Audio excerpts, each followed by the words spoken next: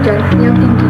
Banjir melanda Desa Sosok, Kecamatan Tayan Hulu, Kabupaten Sanggau, Kalimantan Barat akibat hujan deras yang berlangsung sepanjang hari.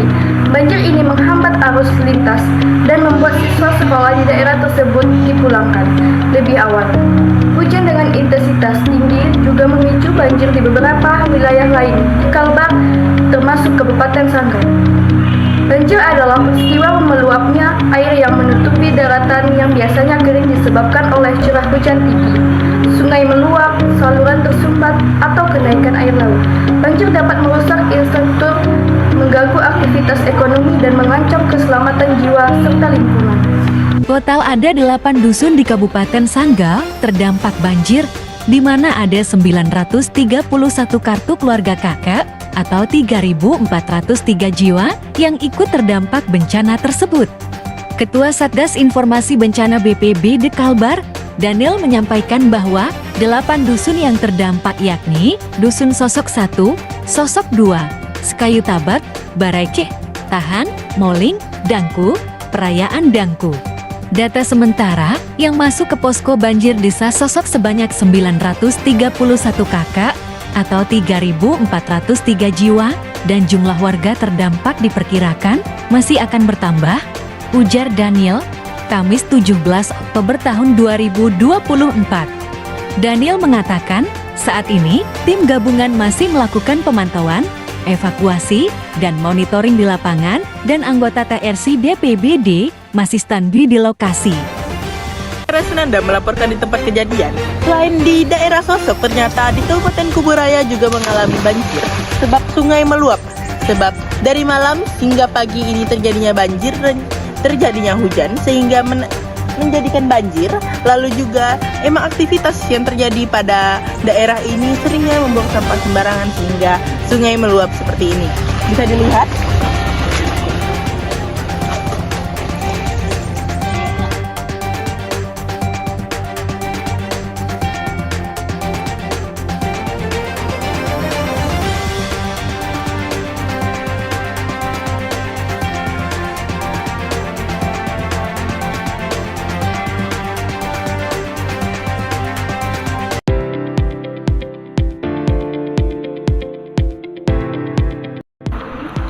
Adapun penanggulangan bagi bencana banjir yang berada di daerah Kalimantan Barat, yaitu ada mitigasi pencegahan sebelum bencana terjadi.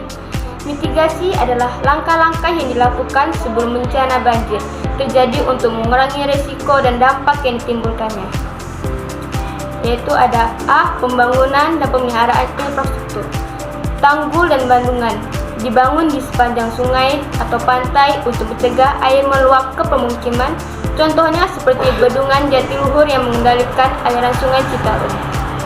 Selanjutnya ada kanal banjir, yaitu membuat saluran tambahan untuk mengalirkan air ke tempat yang aman. Contohnya kanal banjir timur Jakarta untuk mengurangi risiko banjir di pusat kota.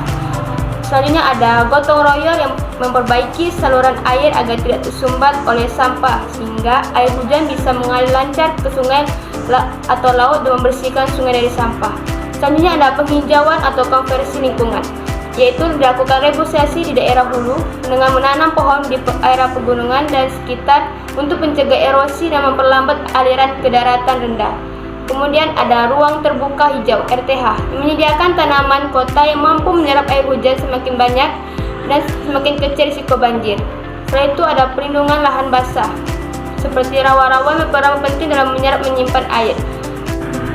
Selanjutnya ada edukasi dan sosialisasi masyarakat, yaitu seperti melakukan pelatihan simulasi bencana, mengadakan pelatihan rutin agar masyarakat tahu apa yang harus dilakukan saat banjir terjadi. Setelah itu ada pemasangan papan peringatan di mana tanda-tanda di daerah rawan banjir untuk mengingatkan masyarakat agar waspada. Kemudian ada edukasi dan simulasi tanggap darurat, mengedukasi masyarakat tentang cara bertindak saat banjir dan simulasi tanggap darurat. Kemudian ada teknologi dan sistem informasi. Sistem peringatan dini, sistem ini memberikan informasi kepada masyarakat tentang potensi banjir sehingga mereka dapat mengambil tindakan pencegahan lebih awal. Setelah itu ada pemantauan curah hujan dan debit sungai, menggunakan teknologi seperti sensor dan satelit untuk memantau curah hujan dan ketinggian air sungai. Ada juga peta resiko banjir. Di sini bisa menggunakan untuk mengidentifikasi area yang rawan banjir dan menginformasikan masyarakat serta pemangku kepentingan. Setelah itu ada juga pengelolaan tata ruang dan pembangunan, seperti perencanaan tata kota yang tahan banjir, pengaturan pembangunan di daerah, area yang aman dari banjir, serta pembatasan pembangunan di daerah rawan banjir. Kemudian ada pembangunan pemukiman yang beradaptasi dengan banjir, membangun rumah panggung atau bangunan dengan ketinggian tertentu di daerah rawan banjir. Setelah itu ada regulasi dan pengawasan pembangunan lahan, pencegahan pembangunan di daerah resepan di daerah yang rawan banjir.